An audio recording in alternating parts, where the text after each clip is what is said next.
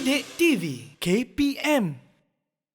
Teruskan lagi untuk soalan. Jadi macam biasa cikgu akan berikan kamu tip untuk menjawab soalan. Kamu perlu baca soalan dengan betul dan seterusnya menganalisis soalan dan kamu perlu gariskan kata-kata kunci dalam soalan supaya kamu tidak tertinggal. Okey, mana-mana untuk menjawab. Okey, seterusnya kita akan tengok soalan contoh bagi tajuk skill. Okey, topik skill. Okey, yang pertama diberikan keyboard. Okey, kamu perlu namakan skill bagi penjarian pada keyboard di atas. Okey. Macam mana nak buat? Okay, biasanya kita kita akan tengok note yang pertama sebab kamu tahu tadi kita dah buat. Okey, untuk kita menotasikan skill dan sebagainya, kita akan tengok pada note yang pertama. Kalau kita perlu notasikan D minor, dia akan bermula dengan note D. Jadi kalau kita tengok kat sini, keyboard tu bermula dengan note apa ni? Note apa ni? Note D. Okey, note D. So dia sama ada D major ataupun D minor harmonic. Tapi macam mana kita nak pastikan adakah dia D major ataupun D minor harmonic? Okey, kita tanyalah adik murid-murid kita. Agak-agak ni ni skill apa ni? D apa sebenarnya D apa tu? Sebab D minor harmonic. D minor harmonic. Okey, cikgu tanya, kenapa kamu kata D minor harmonic? Sebab apa? Soalan kebat ni. Sebab apa? Sebab D minor harmonic tanda nada dia B flat. Okey, betul. D minor harmonic. Kemudian dan note ketujuh itu D sharp kan. D sharp kan, betul. Naik satu semitone. Naik satu semitone, betul. Sebab kalau kita lihat di sini, note B, flat dan juga C sharp. Dan kita tahu untuk D minor, tanda nada bagi D minor adalah B flat dan ditekan B flat di sini, penjarian di sini dan juga C tu D sharp kan. Dan dinaikkan satu semitone. Jadi ini adalah skill bagi D minor harmonic. Diorang tengok saja dah tahu cikgu. Memang kena tahu ni. Okey, tanya pada semua satu markah. Kita pergi kepada soalan seterusnya. Baik. Notasikan skill F major menurun tanpa tanda nada. Okey, macam ni untuk soalan begini macam cikgu cakap tadi, kamu perlu menganalisis soalan dan menggariskan kata-kata kunci. Okey, apa kata kunci di sini? Amira, apa kata kunci yang kamu dapat dalam soalan contoh ini? Kata kunci dia adalah yang pertama, skill apa yang perlu dinotasikan? F major. Okey, F major secara menurun. Okey, dan perlu tanda nada tu diletakkan tanpa tanda nada. Jadi tanpa tanda nada di sebelah mana Amira? Sebelah sebelah note. Sebelah note. Okey, di sebelah note. Okey, kita gunakan teknik apa tadi? Teknik apa yang boleh digunakan? Teknik teknik nano. Okey, kita tengok pada teknik nano. Okey, yang pertama, skill F major. Nah, kamu dah tahu F major. Apakah tanda nada bagi F major? Alia, tanda nada bagi F major apa dia? B flat. Okey, B flat. Okey, tanda nada bagi F major adalah B flat. Dan kamu perlu meletakkan pada note kerana ia perlu dinotasikan tanpa tanda nada. Jadi kita akan pergi pada notasi. Kita akan notasikan daripada F ke F. Okey? F ke F secara menurun. F, E, D, C, B, A, G dan juga F.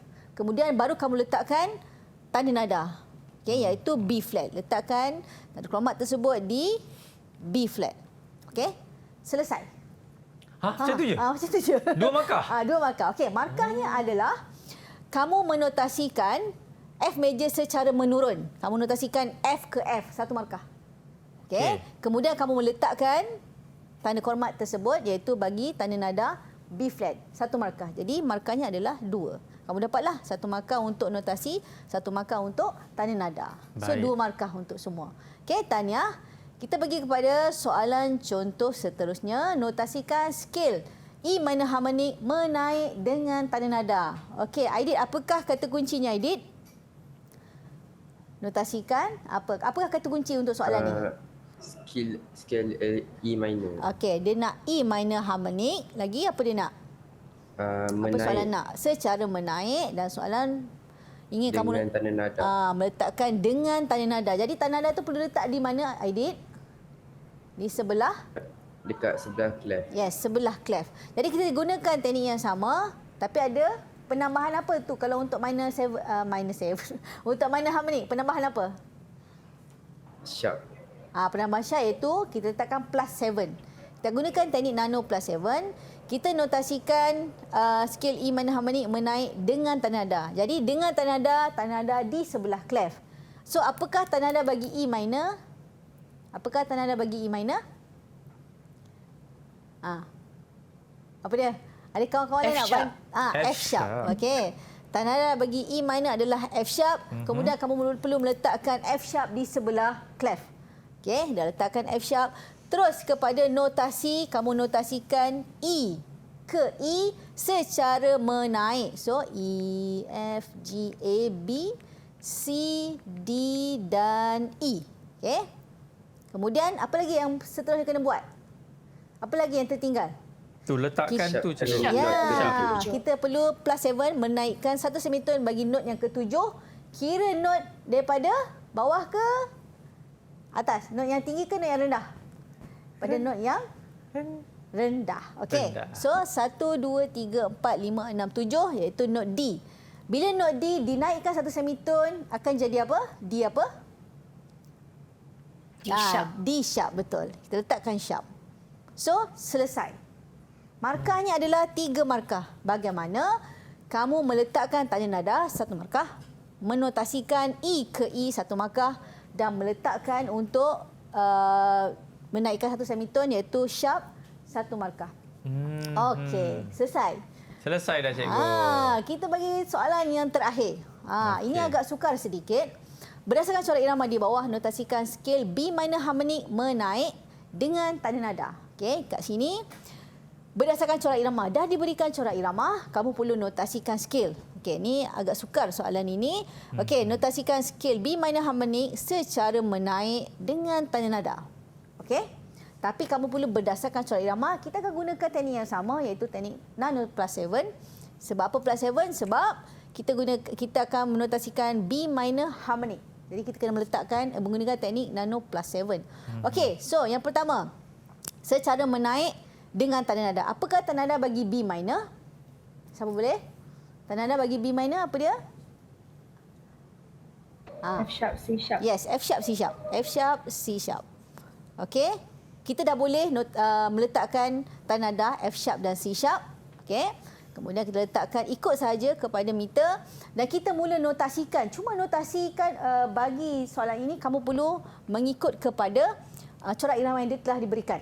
Cuma tadi kita dah bincangkan tadi untuk skill notnya adalah sebanyak 8 not. Tapi corak irama ni berapa not?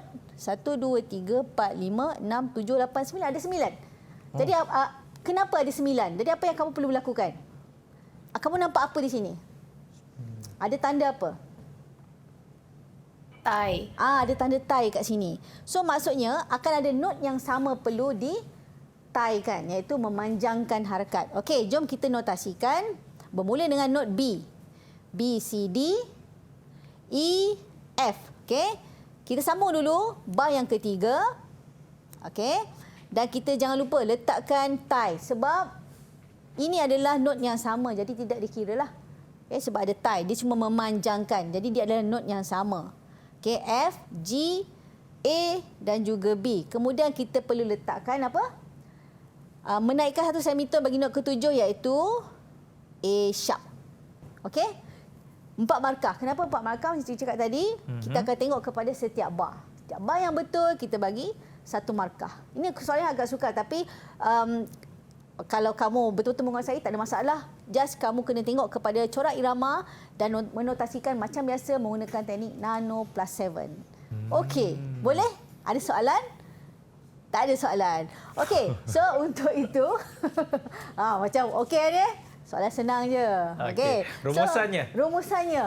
Okey, untuk kepada anak-anak murid, kamu perlu menguasai topik skill ini. Seterusnya, kamu perlu menguasai teknik menjawab bagi setiap soalan. Dan gunakanlah teknik yang telah cikgu kongsikan sebentar tadi iaitu teknik nano plus 7. Dan juga perlu memahami kena soalan dengan menggariskan segala kata kunci untuk menjawab soalan yang telah diberikan. Baik. Terima kasih banyak Cikgu Abinsar. Didik TV KPM